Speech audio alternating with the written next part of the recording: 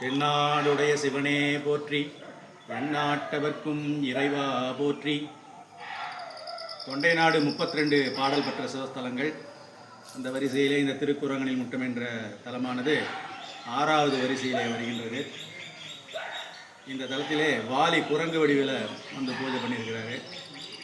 இந்திரன் தன்னுடைய பாப விமோசனத்துக்காக அணிலா வந்து இருந்திருக்காரு. அவரும் வந்து இங்கே பூஜை பண்ணியிருக்காரு. முட்டம் என்றால் காகம்.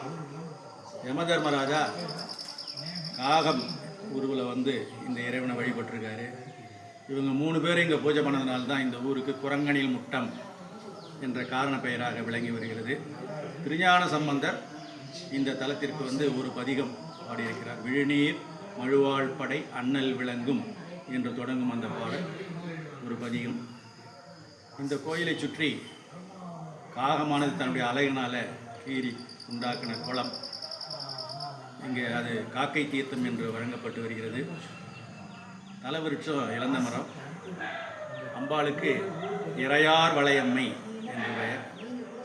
வளையலை நிறைவாக அணிந்த காரணத்தால் கல்யாணம் ஆகாதவங்க வளையல் சாத்தி வேண்டிக் கொள்கிறார்கள். பெண்கள்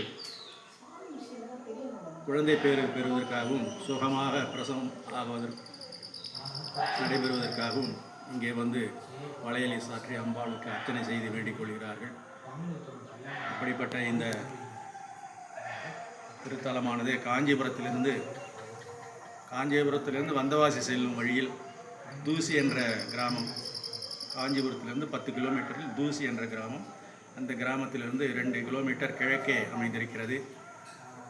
எந்நாடுடைய சிவனே போற்றி, எந்நாட்டவர்க்கும் இறைவா போற்றி.